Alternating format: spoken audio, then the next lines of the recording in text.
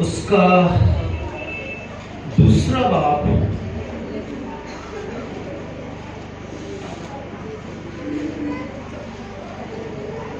और उसकी 8 आयत से लेकर 12 आयत तक, 8वीं आयत से 12वीं आयत तक मैं खुदा के कलाम को आपके लिए पढ़ूंगा। उस इलाके में चरवाहे थे जो रात को मैदान में रहकर अपने गला की निगरानी कर रहे थे, और खुदाउन का फरिश्ता उनके पास आ खड़ा हुआ और खुदाउन का जलाल उनके चौगिर्द चमका और वो निहायत डर गए। मगर फरिश्ता ने उनसे कहा, डरो मत, क्योंकि देखो मैं तुम्हें बड़ी खुशी की बशारत देता हूं जो सारी उम्मत के वास्ते होगी कि आज दाऊद के शहर में तुम्हारे लिए एक मुनज्जी पैदा हुआ है, यानी मसीह खुदावन। और इसका तुम्हारे लिए यह निशान है कि तुम एक बच्चे को कपड़े में लिपटा और चरनी में पड़ा हुआ पाओगे। खुदावन के कलाम का पढ़ा जाना आप सब के लिए से बरकत हो। खुदावन की हुजूरी में तशरीफ रखे। खुदावन आप सबको कसरत की बरकत दे।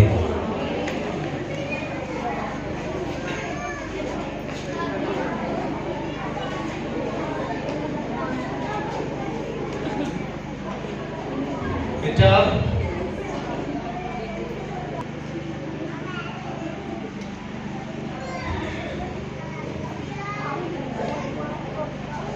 कलाम मुकद्दस में जब हम क्रिसमस के ताल्लुक से मैसेजेस को सुनते हैं तो हमें एक मखसूस से हवाले होते हैं जिनमें से हमें खुदा के कलाम को पेश करना होता है।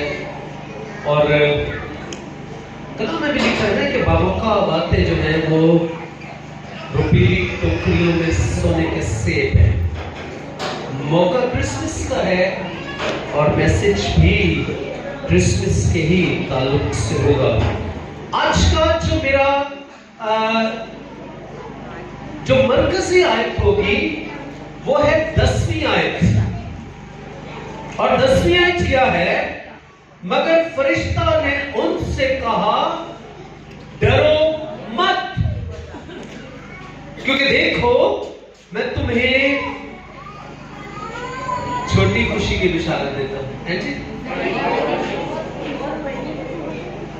अच्छा, अगर हम लफ्ज बड़े को जितना मर्जी खींच लेना, हम इसको जितना मर्जी इसको बड़ा करना चाहे ना, वो हमारे अपने इख्तियार पे है। और ये कोई छोटी खुशखबरी नहीं है, ये कोई मामूली सी खुशखबरी नहीं है। ये कोई ये नहीं है कि जी पास्टर कलीम के घर बेटा पैदा हुआ है, ये तो कह सकते हैं कि एक छोटी खुशखबरी है। ये मेरी फैमिली के लिए खुशी की खबर है, ये मेरे ससुराल वालों के लिए खुशी की खबर है, ये कलीसिया के लिए एक अच्छी है कि जी पास्टर का बेटा पैदा हुआ है। लेकिन कलाम मुझे क्या कहता है कि मैं तुम्हें बड़ी खुशी की बशारत देता हूं जो सारी उम्मत के लिए होगी। मैं तुम्हें बड़ी खुशी की बशारत देता हूं जो सारी दुनिया के लिए है। मैं तुम्हें बड़ी खुशी की बशारत देता हूं जो इस सारे जहान के लिए है, सारे संसार के लिए है, सारी दुनिया के लिए है, सारी उम्मतों के लिए है, सारे कबीलों के लिए है, सारे लोगों के लिए है। और वो खुशी की खबर क्या है कि आज दाऊद के शहर में तुम्हारे लिए एक मुनज्जी पैदा हुआ है। हमने 8वीं आयत को जब पढ़ा तो वहां बड़ी है, उसी इलाके में चरवाहे थे जो रात को मैदान में रहकर अपने गला की निगरानी कर रहे थे।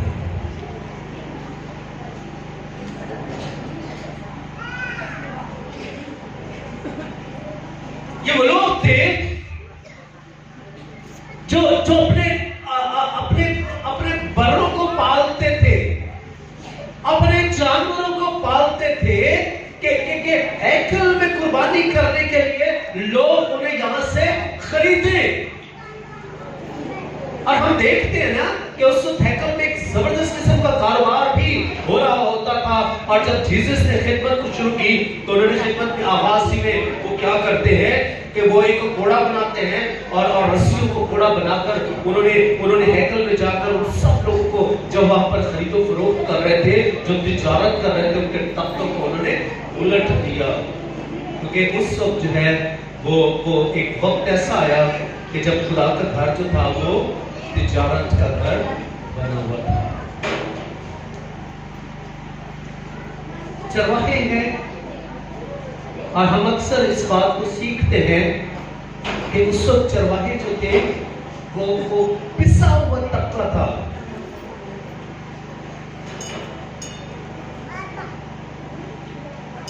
और आमतौर पर ये कहा जाता है कि जो खेती बाड़ी करता है ना तो उसको मिट्टी के साथ मिट्टी होना पड़ता है। जो जानवरों को पालते हैं ना तो उनका रख रखाव जो है फिर वैसा ही होता है।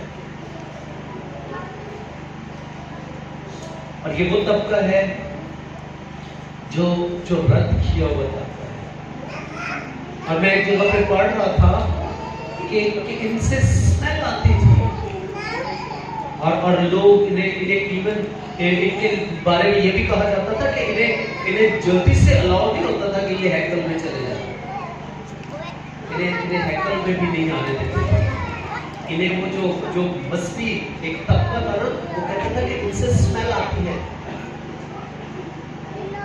और इनका दिन रात जो है वो अपने जानवरों के साथ ही गुजरता था, अपने भेड़ बकरियों के साथ ही गुजरता था। और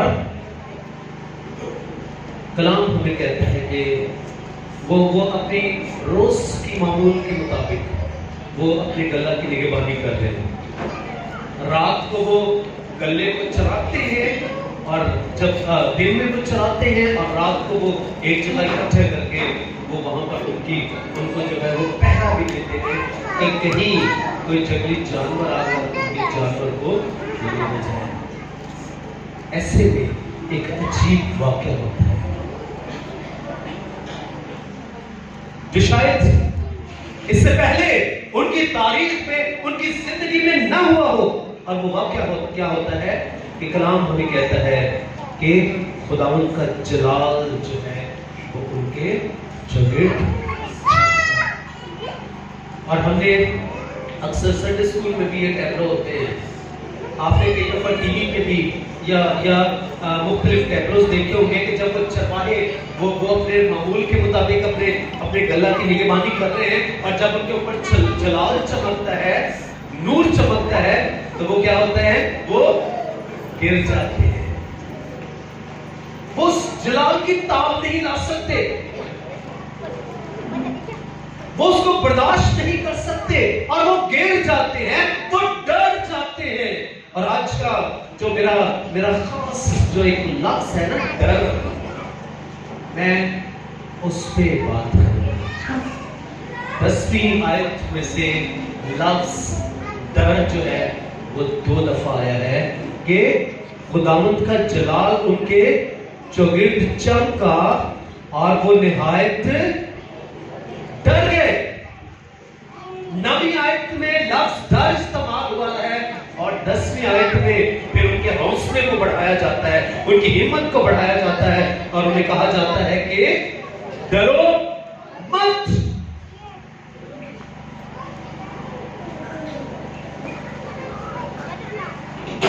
अच्छा, लफ्ज डर जो है ये सबसे पहले हमें कहां पे मिलता है? हाँ जी बहन।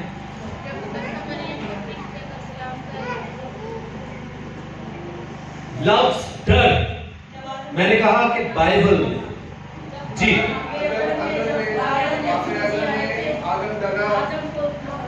ठीक। अच्छा, हमें लफ्ज डर जो है वो बाक़े अदन में मिलता है कि जब आदम और हवा ने गुनाह किया, जब उन्होंने खुदा की नाफरमानी की, जब तक उनकी जिंदगी में गुनाह नहीं था उस वक्त तक उनकी जिंदगी में डर नहीं था। ये नोट करें, जब तक गुनाह नहीं था उस वक्त तक डर नहीं था, ना किसी शेर का, ना चीते का, ना खुदा का। और कलाम हमें बताता है कि होता क्या था। खुदा ने इंसान को इसीलिए बनाया था ना कि खुदा इंसान के साथ फेलोशिप रखे। खुदा इंसान के साथ रफाकत रखना चाहता है। खुदा इंसान के साथ रहना चाहता है। क्योंकि हम इसी मत्ती के इंजील में पढ़ते हैं ना कि उसका नाम इमैनुएल रखेंगे, जिसका तर्जुमा है कि खुदा हमारे साथ। खुदा इंसान के साथ रहना चाहता है। और पापी आदम में होता ऐसा ही था। खुदा ठंडे वक्त में आता था और आदम और हवा से बातचीत करता था। आदम और हवा के साथ जो है वो उसकी फेलोशिप होती थी। खुदा आदम और हवा की फेलोशिप से महसूस होता था और आदम और हवा खुदा की फेलोशिप में जो है वो बड़े मशहूर थे। और एक वक्त ऐसा आया, हम सब बाइबल को पढ़ने वाले हैं, हम सब बाइबल को सुनने वाले हैं, हम जानते हैं कि एक वक्त ऐसा आया कि जब इब्लीस ने, जो सांप की सूरत में वहां आता है, उसने हमारी पहली मां को, अम्मा हवा को उसने बहकाया। और अम्मा हवा इब्लीस के बहकावे में आ गई।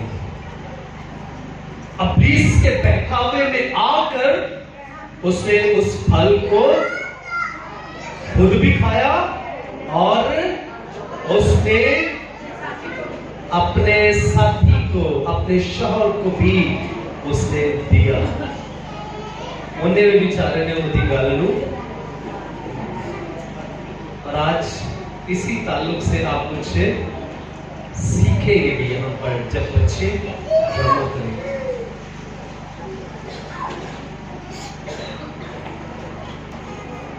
उसके बाद खुदा अपने मुकर्रर वक्त पर आया।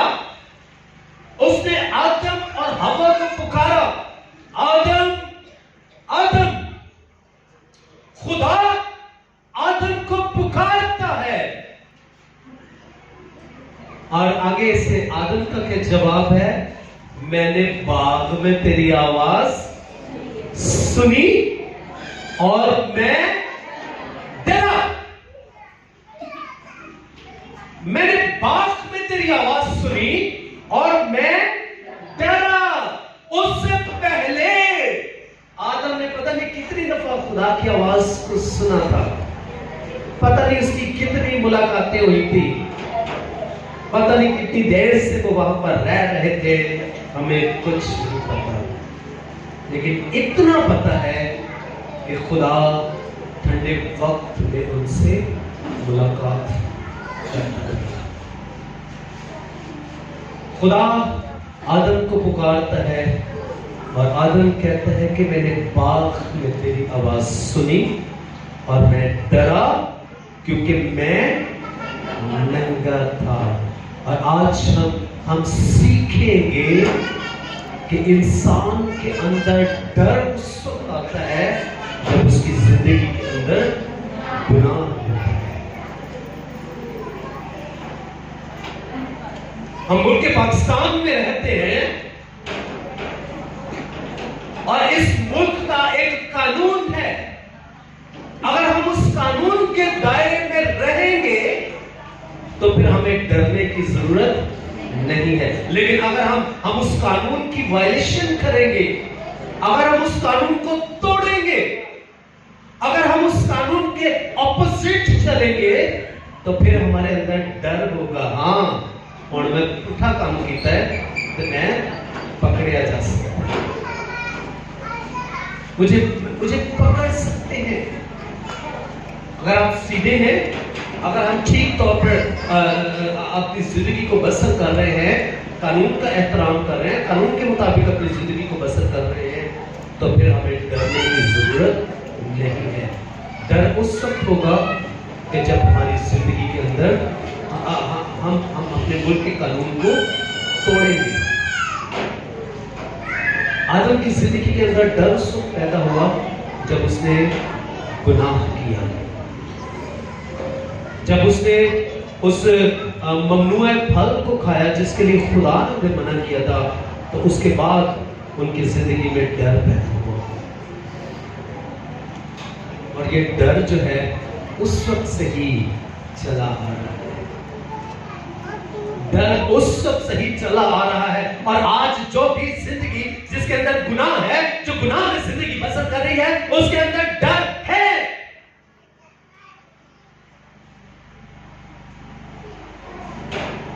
कि अगर मैं नशा करता हूं तो कभी नशा करना हमारे मुल्क में जो है वो ममनू है, हो सकता है मैं पकड़ा न जाऊं।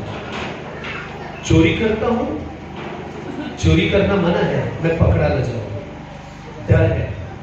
और फिर जिसके अंदर खुदा का डर होता है ना, तो उसे ये भी पता होता है कि मैं पुठे कामते करने आए, लेकिन मनो इधर हिसाब भी देना है। और हम सब जानते हैं कि इस दुनिया से एक ना एक दिन सबने जाना है।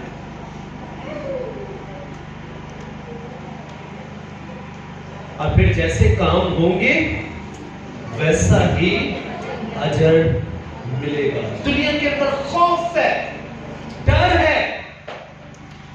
आज बहुत सी दुनिया जो है वो खौफ में है। आज लोग मौत से डरते, कोई मरना नहीं चाहता। आज कोविड की वजह से, अभी मेरी रात को बात हो रही थी कराची, तो वहां पे वो कह रहे थे कि जर्मनी से कोई कॉल आई उनके दोस्त की भाई के, तो वो कह रहे हैं कि जर्मनी में इतना ज्यादा फिर से कोरोना का वो जोर पकड़ा हुआ है कि हॉस्पिटल्स में जो है वो जगह नहीं है। लोगों के अंदर एक अनजाना सा खौफ है, एक डर है।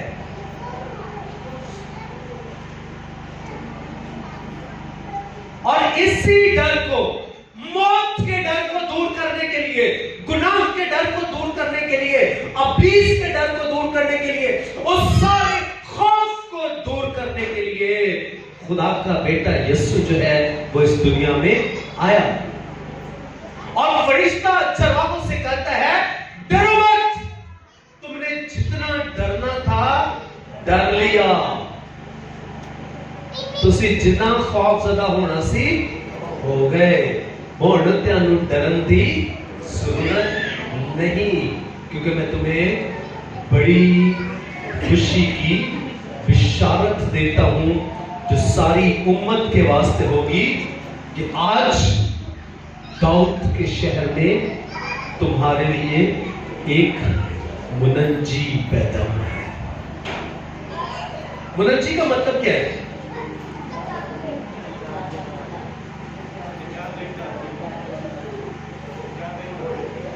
और शाबाश, रिहाई देने वाला, शाबाश। और हाँ जी, लफ्ज मुनज्जी, हम कहते हैं कि वो बादशाहों का बादशाह है ना यीशु, क्योंकि दुनिया च होर भी बादशाह है ने, वो सब दा बादशाह है। हम कहते हैं कि वो खुदावंदों का खुदावंद, ऐसे ही है, क्योंकि दुनिया और भी खुदावंदों को मानती है। लेकिन कभी हम ये नहीं कहते कि वो मुनज्जियों का मुनज्जी, ये नहीं कहते। मुनज्जी सिर्फ एक है। मैं पिछले दिनों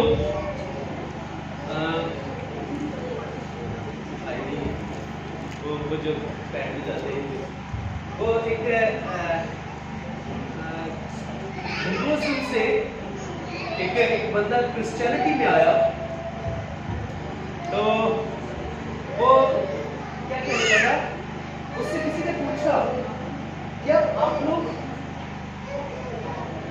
क्यों क्यों क्यों तुमने जो है वो इसको कबूल किया?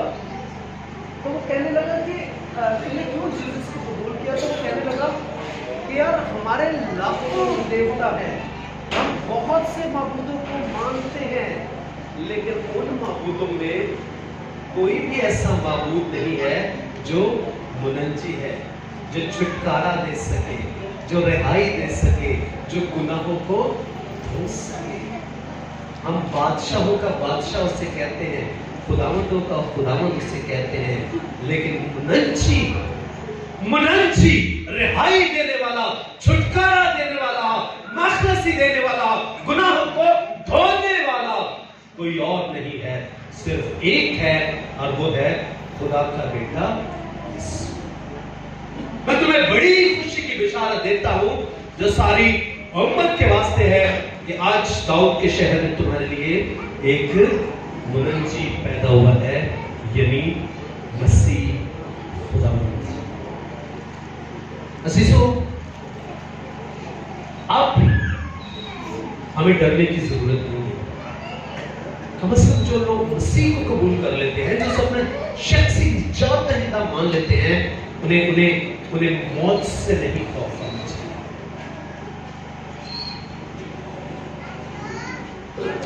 डॉक्टर बिली ग्राम के बारे में हम सब जानते हैं।